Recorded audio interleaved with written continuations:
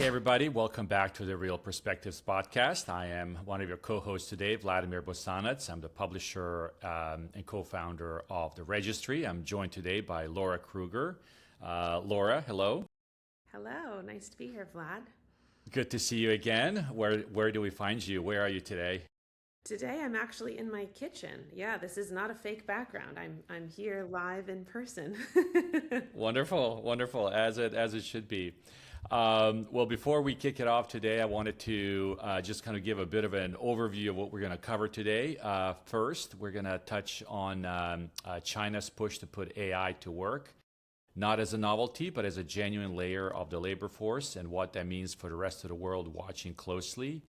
Then we're going to jump to what we call the Great Handoff. As baby boomers reach retirement age, trillions of dollars in business ownership are changing hands. We'll get into some of the challenges with that and what happens to businesses that do not get sold. And finally, Gen Z is rewriting the map. Instead of chasing the big, expensive coastal cities, more young people are planting roots in Tier 2 and Tier 3 towns and reshaping those communities as they arrive. So today's focus is on kind of how and where we work. Laura, let's get into it. Yeah, absolutely. Well, so our first topic here, and this comes by way of me listening to a podcast the other day called China RICO. This is a podcast by the Prof G Media folks. And I listen to it because I feel sometimes news comes out of China because I feel in certain aspects they're ahead of us. And I think certainly in the adoption of AI and robots in factories, that kind of thing. And one very interesting point that was brought during this podcast, which really caught my ear, was that something like 44% of China's labor force is now presently in what's called the gig economy. So, these are people without full-time jobs. They're basically jumping from kind of, gig to gig. And I think that's a tremendously huge number. And it just kind of, shocked me in a way because it made me think, God, imagine if that was in the US, if like half of our workers were in this space. And then I thought about it, like, with AI, I could totally see it coming. Laura, have you heard about this, or what are your thoughts? no, I mean, that number to me is staggering.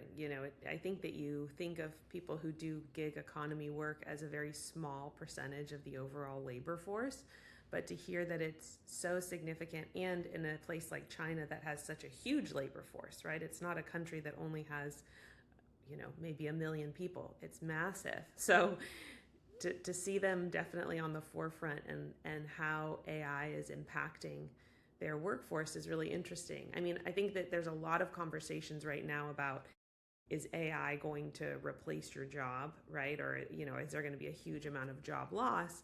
But from what I've read and heard, it's going to be changing your job. And so maybe this is the first wave that we're seeing. Okay, you don't have a standard career or a standard 9-to-5 job. Maybe you have a gig job here and then you have another job here. Maybe seasonally that changes.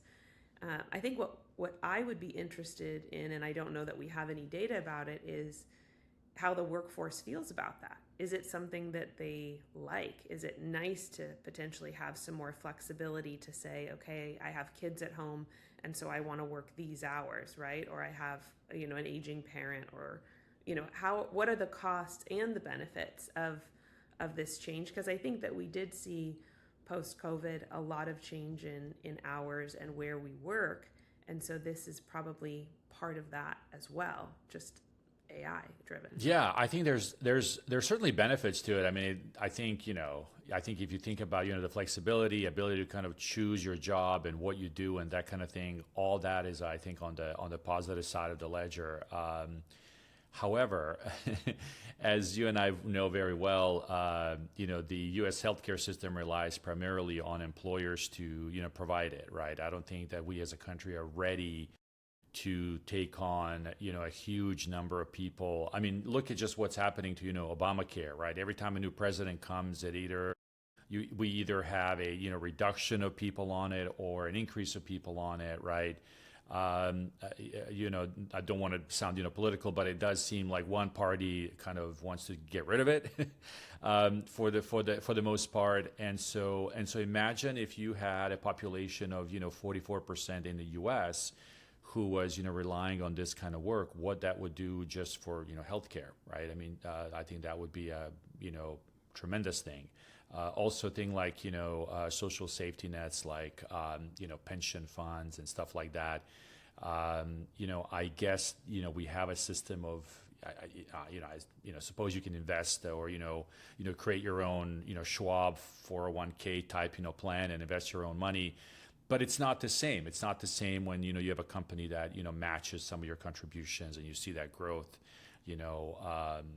escalate over years or over decades. It does seem that automation is coming for labor in the U.S. I mean, if it's already happening there, I think it's going to happen here.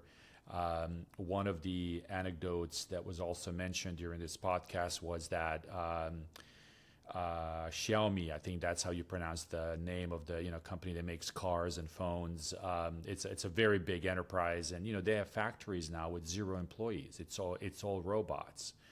I know the Tesla factory here, and you and I are in Silicon Valley, but there's a Tesla factory here in Fremont that employs people, obviously, but they're also one of the most advanced robotics manufacturing factories in the country as well. So I don't think we're going back to kind of manual labor, and that's what sort of worries me. Yeah, absolutely. It will be interesting to see how that public, private, and then individual partnership will have to come in, because as you're saying, the system is set up. You think of Social Security, you think of even Medicare, you think all of those pieces. We're assuming that most of the population is going to be working a standard job with an employer. So what does it look like? And what's the access? Back to your point about 401k or savings, does the average person have the time, energy, or the ability to make the effort to research all of those things, to get their health care, to plan for retirement, to then plan for making tax payments, right? If that's not just coming out of your normal check. So it does put a lot more burden on the individual. And what are the consequences of that on how they'll be voting and seeing the benefits that government brings to them? So it will be changing. And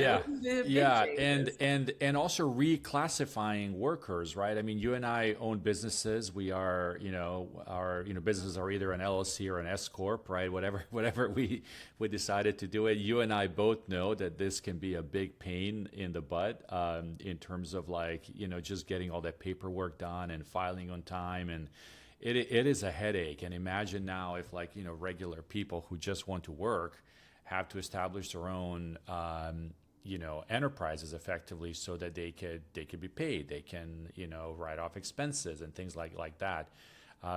As a system, I think we're not ready, and I wonder if there is maybe kind of classification of labor that needs to be invented, that is sort of this kind of part-time labor, that so that you don't have to form an LLC in order to do this kind of work, right? And maybe there's an easier way to sort of do that. So I guess maybe there's some opportunity in innovation there. But what does scare me is the impact on our society if we do get to the point where we have as many as 44% or 50% of our labor in this kind of work. Right? It's a big deal. Well, and how quickly that will happen, right? Yep. To me, the number is staggering, because AI hasn't been to this level of AI hasn't been around that long. But for China to make that jump in that short period of time, we need time to adapt and change often. And so the quick swings are what really are disruptive. Two things we do very well, Laura, right? Change and adapt with no problems, right? Yeah.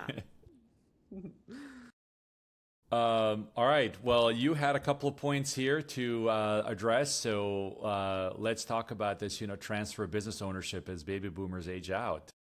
Yeah, this is something kind of near and dear to my heart. I mean, I'm a third generation real estate investor and have taken over my family's business and now opened my own business that spurned off of that. But I think that one thing that we've heard shared over the last few years, but again, I don't think that we've fully grasped the level of transformation it's going to make in our local economy and the US, is that baby boomers are getting ready to retire. And so I found some data that says approximately 45% of privately held Bay Area businesses are owned by baby boomers. So nearly 50%. And that means that they're going to be transitioning into retirement in the next 5 to 20 years. I mean, we know that a lot of people are retiring later, but still, you're not going to be working likely into your 80s, 90s, and so what does that really look like for our local economy to see those changes? Because these are hundreds of thousands of jobs and, billions of dollars in annual revenue. And is the next generation excited or ready or interested in stepping in to take over those businesses? So you have young, I think you have teenage, young adult children. Do you have any thoughts on the sentiment for the next generation? Yeah, I can tell you at least right now that they are definitely not interested in doing anything their dad is doing, which is probably not that unusual with these kind of setups. The other thing that I think is important to mention is that small businesses make the bulk of jobs in the U.S. So even though big companies employ a lot of people, as a whole, small businesses, I think, not over, but they employ more people than the combined number of people employed by large corporations. So you're absolutely right. And one statistic that I also read recently was that we're approaching a point in time where something like about 1.5 million small businesses are going to be turning over. And if you're saying, half of them are owned by, baby boomers, that's in the Bay Area, but let's extrapolate that across the country. I bet the numbers are not that, different in at least some of the bigger markets. What happens to them, right? And these are viable businesses that are, profitable. They maybe don't make, tens of millions of dollars, but maybe make $1 million, maybe make $500,000, whatever, right? But they're viable businesses that could be grown, and that could have a huge impact on the labor economy for sure. Going back to you're asking about my kids, right? I mean, I'm in my mid-50s. I'm certainly not ready to retire anytime soon, but every now and then I do think about it. What happens next? How do we transition into the next phase? And one of the things that I remember when I was going to business school, they had these, job fairs. You have companies come in the atrium and they sort of set up their little, booths, and they try to, pitch you on, coming to, work for them, or, you can go and submit resumes and that kind of thing. I wonder if small businesses could do something similar, where they could go to like a business school and set up like a small business fair, basically saying, hey, here's a media company, here's a property management company, right? Here's a little construction company, right? And you can sort of work with the owners on the transition and acquisition of that. I mean, I think it should be a viable way.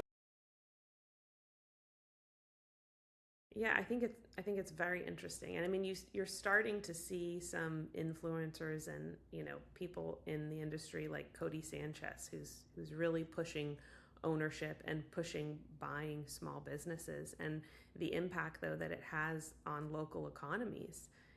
But more than that, the opportunity that you have as a young person, I don't know that has been, I don't know if it's an education or maybe an opportunity. I don't think that many, college students or high school students are thinking like, maybe I want to buy that plumbing shop down the road, right? Like, it's not really something that comes to mind. And also this idea of, what does it look like to be an owner, and do I have to be an owner that has complete knowledge in the industry, or can I bring in the knowledge of maybe the business aspect, and then I can partner with someone who's running operations? It's a much different perspective, but I think that the real maybe risk here is that a lot of these baby boomers don't have a succession plan. This isn't something, I mean, again, going back to owning a small business, we can relate. There's a lot to do. And Right. the strategy or the idea behind, okay, how am I setting this up to sell, doesn't usually come to mind. You're busy building a business, making payroll, getting the day-to-day ironed out. And then you may wake up 20 years later ready to retire, and you don't have kids that want to take it over. So how, you're running a plumbing business or a property management business or an electrical business, but you don't have that maybe business acumen to say, what is EBITDA? What am I actually? Right. And why is it important? Yeah, exactly. And it's not a pet name. No. So Yeah, I think those are very good points. I do think there's an opportunity for schools, and not just trade schools, but like universities, to start teaching kids about that as well. I mean, I think I look back at my time when I was doing like stats or accounting or finance. I mean, it has a little bit to do with what I do today, only in the sense that you sort of understand numbers and kind of how it all plays, how it all works together. But when you think about it in kind of a long-term perspective, like none of that is really like applicable, like things that you can use on a kind of day-to-day basis. And I wonder if there is a kind of a small business track, like if, hey, I want to major in small business because one day I want to own a small business, right? And it teaches you sort of different kind of accounting. Not that it's different, but in a sense that like more focused on a small business rather than kind of these big concepts, right? Teaches you about hiring people, teaches you about how to manage profitability, margins, all that kind of fun stuff that you and I have to worry about every day, right? Because at some point, some of these folks may decide to own a business or may even be able to inherit one, right? But it is interesting. I do think that a lot of these businesses unfortunately will die, because you're 100% right. People will just not have the time to take away from what they're doing on a daily basis to go and like sell it, right? Because that's probably a full-time job as well. Going around and pitching it to people, having these meetings, scheduling meetings. Then are you talking to people that are genuinely interested versus like somebody that's trying to scam you out of a business or something? There's that as well, right? A lot of opportunity, and I hope that if there are younger listeners that they kind of consider thinking about how do I either buy a business. I don't have to start something, right? You can also buy something, right? Which I think is another great way into this world. yeah, and I mean, you think of risk. I mean, I think most small businesses, it's a staggering number. It's well over 70% like closed down within the first couple years, but by 5 years, I think it's more than 80%. So to be able to buy into an established business with a book of business really gives you a head start. And with opportunities like SBA loans, there's financing and tools available. It might be easier for you to purchase a small business right out of college than purchase your first home. And so maybe, it's a Right. much different path forward. And it makes sense why those opportunities are incentivized. I think one thing that's also interesting though is, especially in the Bay Area, a lot of these businesses own real estate. So they have, whatever the business is, maybe it's HVAC, but they own the office or they own the yard. And so I think that will be a very interesting, it will be interesting to witness. Is the owner trying to hold that land and maybe they're going to lease it back? Are they selling it with the business, or from your perspective sharing like, okay, is that business going to close and then you're just selling the real estate? So it's complex, and I think that it will be quite interesting. I'm sure it'll be a mix of all of them, but how does this actually impact our local economy in so many ways? That's right. And I think in the commercial real estate space, it's very interesting. I think just in that industry alone, I think you and I know some very prominent names here in this region, where the founders/owners are getting older, should be retired, but they're not. They're still retired, right? We just recently had one prominent owner pass away. obviously, what are the kids going to take the business over? I mean, maybe, I don't know, right? But some of that succession planning, as you said, should be thought about, because I do think it becomes kind of a big headache and a loss of opportunity if it's not planned out correctly, right? Yeah, and very sensitive conversations coming from a family business. It's like who has ownership, who has control, how will it be managed? But great opportunity for professional managers to step in and good quality advisors, right? Whether it's CPAs, financial planners, or individuals that can come in and do advising work so that transition can be smoother and the highest and best value for all parties. So yeah. I think it's an opportunity. I think there's a lot of sort of there's a lot of people out there that are probably looking to transition into the next phase, and I think there might be a great opportunity for people to look at this as a viable next phase in their lives. Maybe they've spent 5-7 years in on a corporate track working somewhere in a big city, and now they're realizing, hey, there's a little manufacturing business down in Sacramento. Maybe I should go buy it, and because with innovation and some new thinking around it, I can grow it from a $2 million business into a $20 million business. That kind of thing. And I think some of that new energy and new blood certainly can kind of help spur some growth. So I think it's a great opportunity. So I hope somebody thinks about it and makes something out of it. So another career track.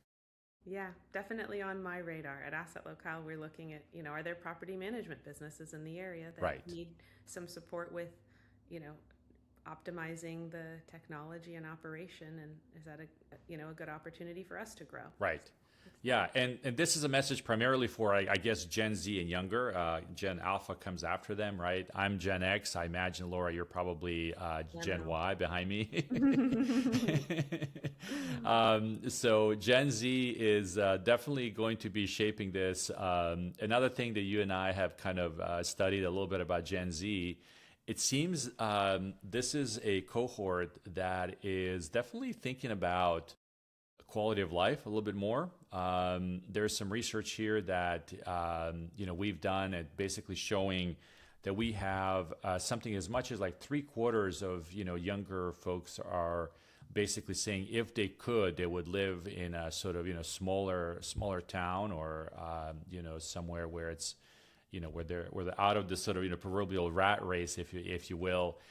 And some of the research I have done here, there was a study by the Demographics Research Group at the University of Virginia, which basically looked at Gen Z or younger adults, definitely moving into smaller towns and starting their life there. Laura, have you heard of this? Have you seen this happen? What's your thinking? Yeah, I've been reading lately. I think there was an article that came out this past week. I can't place it, but it was talking about how the new status is rest, right? This idea that your lifestyle having rest in it, not necessarily the lifestyle of like jet setting, right? Or going to parties if you're a young person, or achieving all of these things, but how much the pendulum has swung that it's more how much time do you have, which is actually like a much more mature perspective. Yeah, I think that as I've gotten older, I've noticed like, wow, time is my most valuable resource. And so having more time is really incredible. But to see that young people are already prioritizing quality of life, rest. I think we even see it with health, right? They're drinking less than we were drinking in college, maybe even than we're drinking now. There's a lot more of an emphasis on the whole person and what their values are. And so I think that's pretty refreshing. I think we often hear of like, oh, the next generation, maybe they don't have enough ambition or all of these things. It's like, maybe there's a different side to that coin. Maybe they just have different priorities, and maybe that's not a bad thing. Maybe these are really wonderful pieces, and to be looking at your whole life, not just, chasing a certain level of success, but what does that cost you? I think that's pretty wonderful. Yeah, certainly. And looking at I'm staring at a map here that kind of looks at the change in kind of 25 to 44 population between 2020 and 23. Granted, these are the COVID years, so we know that a lot of people moved out because they had the opportunity to do so. But it shows that there was a staggering growth in these, Zoom cities, if you will, and just on the western sort of side of the U.S., kind of west of the Mississippi, you're seeing places like, eastern Washington, Idaho, Montana, even parts of like, Nevada and Arizona that are outside of the big sort of, cities. In California, we're seeing places like, closer to Tahoe and Yosemite. These are, rural areas of the state and of the country where most of the growth kind of, happened. And they're called Zoom towns. That's kind of another sort of, vernacular, if you will, because you can, presumably just live there and work via Zoom, right?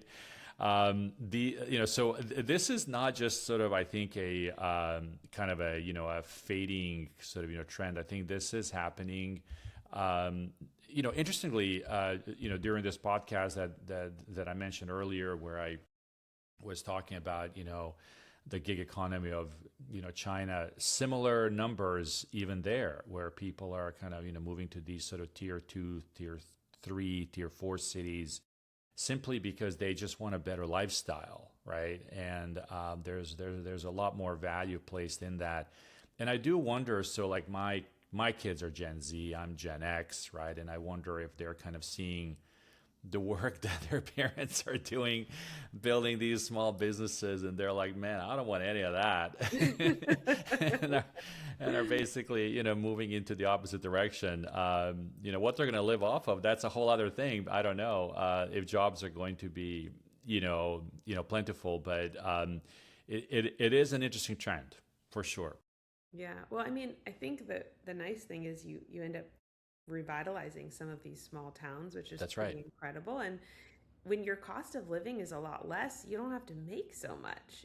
Like if you think of, wow, I can get into a mortgage and it's $1,500 a month, and you just add on your utility, your overhead cost is a lot less. And I think that one thing that I think about, which I don't know, it's a little out there, but population decline, right? It's hard to have more kids if it costs too much. So I wonder how this will have an impact if you have, a higher quality of life, you have more time, and potentially it costs less just to put food on the table and to pay for your basic expenses. Will we see any impact there? I don't know. Be Right. interesting. And there's a reason that AGTV's show Hometown was very successful.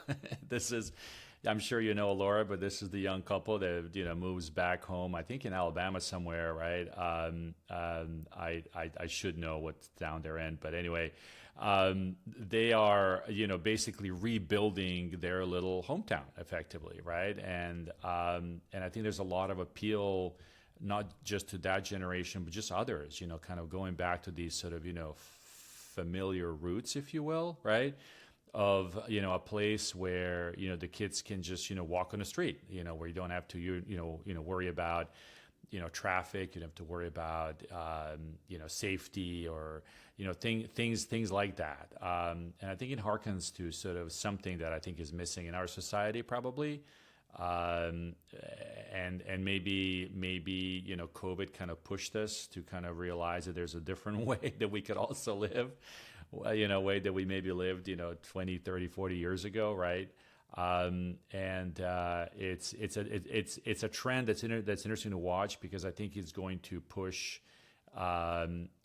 basically development in these areas. It's going to push transformation of retail. It's going to push transformation of all kinds of different things that I think we're just now beginning to see. Yeah, we get to be on the front lines watching. It'll be That's exciting. right. There's a lot of change coming. A lot of change. Definitely. So Laura, you had you were going to bring up a couple of things about Waymos that you're seeing in our cities here more and more. What did you have in mind? Yeah, well, I live actually pretty close to the airport, right on the edge of, Santa Clara, San Jose, Rose Garden area. And boy, the Waymos have moved in, and it's really fun. I have a 13-year-old daughter. She loves Waymos. We first rode them in San Francisco, and it was quite an experience. But to see them, as part of daily life in the area is pretty cool. I mean, I don't know. I grew up with talking about, okay, self-driving cars or like flying cars like the Jetsons, but to actually experience it is pretty amazing. But I look at it more from, what does it mean for Gracie, my daughter? Like, is she gonna get her driver's license, and what does that look like for her? And I don't think I'm the only one who's thinking about that. I did a property walk of J. Paul's new development at Park in downtown San Jose, and they actually have 3 floors of parking, and they built the parking garage so that they can convert it into office should you not need so much parking in the future. It's like, Right. wow. I mean, that's pretty impressive development to have that perspective moving forward. Take out those elevators for the parking and convert it. But I think the data backs up, the thought of like how many young people are not getting their driver's license. Like when I was 15 and a half to the day, I went to the DMV to take my, driver's exam. And on my 16th birthday, I got my driver's license because it was this huge, rite of passage. But you got so much freedom when you could drive yourself to a friend's house or, to practice. But yeah, I heard that it's something like 25% of 16-year-olds, had their license back in 2022. So I'll bet the numbers probably went down a little bit from them. I've heard that from friends and family members that there's just less of a need, I think, for a driver's license, and maybe less than a desire. But I wonder, like, is driving going to be kind of more like an interesting but not essential piece of life, right? It's like, riding a horse used to be important to get from A to B, and now we're like, oh, that's a fun hobby. Maybe driving Right. will be one of those things. But how have you seen it in your family, or how do you witness the... Yeah, in our family for sure, we've had kind of a combination of experiences. Our daughter, who is now in college, definitely got it sort of earlier, right? Not right at the 15 and a half, but around sort of 16, right? Our son, who is approaching 17, doesn't have it yet. He wants to, but I think he's also not like super aggressive about it, which is kind of good at the same time. As a dad, I know that my insurance premiums are going to skyrocket, Exactly. especially for a young boy. No, I think you're right. I mean, I think the closer you are to an urban center, I think you have probably less of a propensity to need to drive. It's just kind of a it's a pain. It's a pain to find parking if you don't have a garage. You have to worry about traffic, all these other things. I think we've raised sort of a generation of kids that kind of are focused on things that are very immediate, so they want that car now, they want to get there tomorrow, they don't want to wait, right? And so I think this will definitely be more of a thing. Whether in our lifetimes we're going to see kids not want to drive at all, I don't know. I mean, I think there's still a little bit of a it's nice to sort of have that freedom to just hop in a car and go somewhere and drive places without having to kind of book a ride. I also don't think that we're yet ready to sort of book rides across the state. If I want to go to Los Angeles or Monterey or someplace like that, which is about an hour and 20 minutes away from here. I don't think you'd hop in an Uber, right? You still get into your own car. So I do wonder if there are, especially if you, as we talked earlier, we have a generation of kids that are now living further out, and they can commute in to work maybe 1 day a week or 2 days a week. They're probably going to want their own transportation, is my guess, right? But maybe I'm wrong. I mean, we'll see. We'll see. I do love Waymos. I do think that there is I always feel kind of pressured to give my driver an Uber sort of the highest rating possible, so I can receive a highest rating possible. Right? I'm always, I'm always like, should I give them 18%, 22%? I'm always kind of in between those two numbers, right? And Yeah. what does that mean for my rating? And I have to say, like when you get into an Uber, you don't even think. Sorry, when you get into a Waymo, you don't even think about these kinds of things. You just get in. It takes you where you need to go. It thanks you, for riding. So I'm a big proponent, and so far I've had great success with it.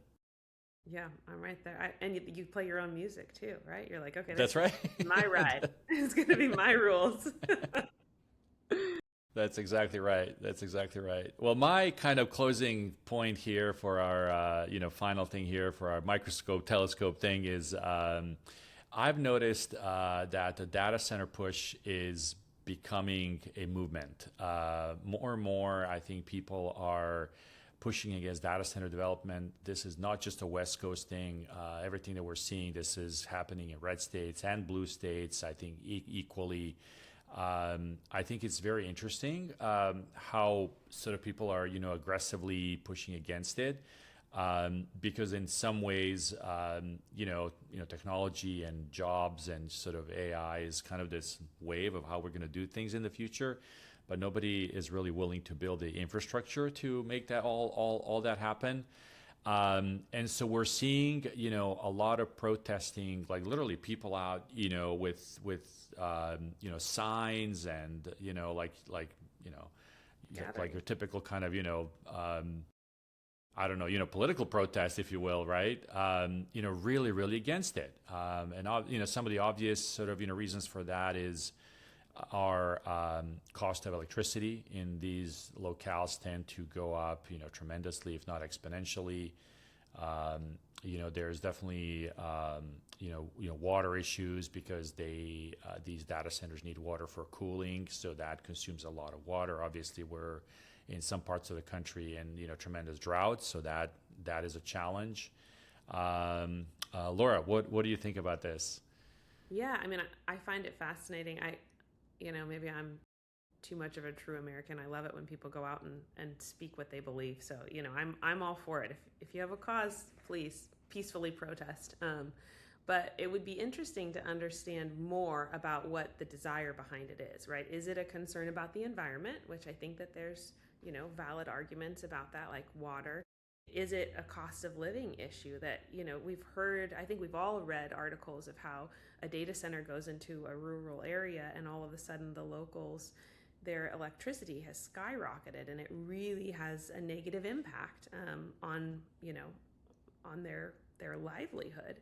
Is it that, or is there some of this fear behind AI taking over jobs and noticing that, okay, AI needs a lot of, processing power. So it would be very interesting to see, and it's probably multiple, but I just wonder. I also wonder about the location of these different data centers. Like in our area here in Silicon Valley, I was surprised to see some of them built because the cost of the dirt is so high, and we here have issues with the power. So to see them in very urban areas as opposed to what I would think of, like, wouldn't you build a data center like next to a dam or, some other area, or, next to a wind field, or maybe where there's a huge amount of, solar available. Very interesting. And I just kind of wonder, I think for some neighborhoods, there's sound concerns. There's even like eyesore concerns. These are just kind of like big boxes that get Right. thrown in there. But it does impact people. But what is the driving force between feeling, because to get up and protest, it's got to be a strong need. You're giving away time, energy, and effort. So you care. Yeah, it's kind of interesting because I feel it's putting together maybe groups of people you wouldn't necessarily think would have like a lot of crossover sort of ideas or thoughts. Yeah. But I think there's definitely people on the environmental side, who are seeing water issues or electricity issues.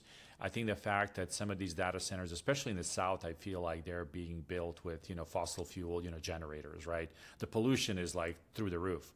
And I think we will only begin to like measure that maybe when there's a new administration in office that actually takes the time to show us how bad these things have been. I think there's also people who are, really concerned about AI in general. I think there's people who are kind of going down the line of kind of these conspiracy theories, like what's being done over here, why are we building them there, right? There's probably kind of a, group of people within this, protesting group that kind of want to stick it to the man. You know what I mean? Yeah. So again, I think it's kind of like, it's uniting a very interesting sort of disparate groups of, folks. I personally think, and I've voiced this, to, my friends and anyone that will kind of, listen to me. I do think that these data centers should bring their own power. I think they should, with that heat that they, generate, they should be able to, clean the water. There are ways, like this technology already exists. This is not a theoretical thing.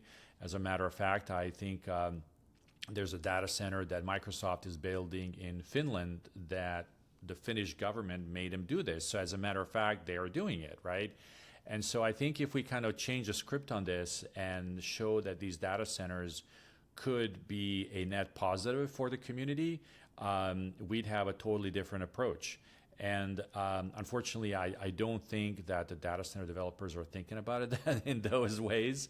But, I'm here with this podcast trying to sort of, show that there are other ways to do this, right? And I think if they can bring solar, they can put bloom boxes, they can put, all kinds of different ways to generate, energy and provide energy, let's say, for the neighborhood.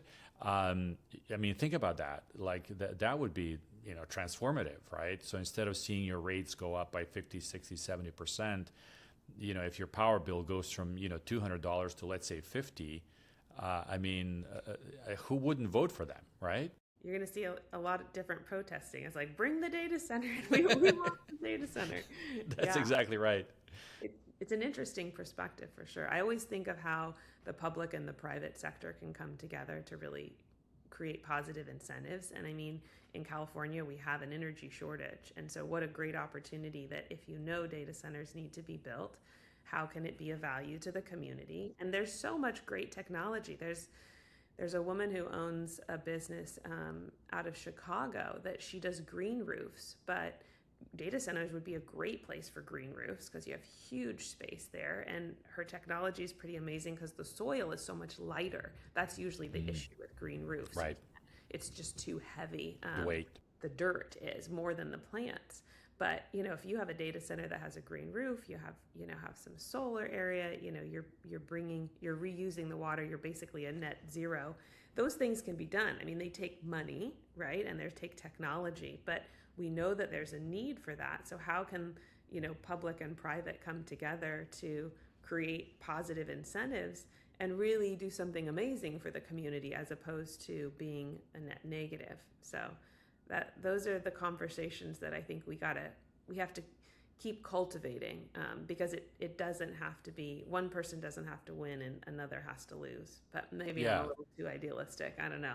I think there's I don't think it's too idealistic at all. I think we have an opportunity, I think, to create, improve our, energy grid system, for instance, right, which was built in the middle of last century, not for the economy that we have today.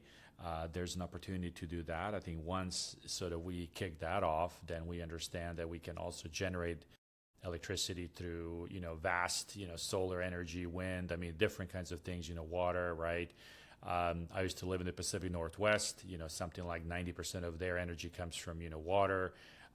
Same with British Columbia. I think like 98% of their energy comes from water.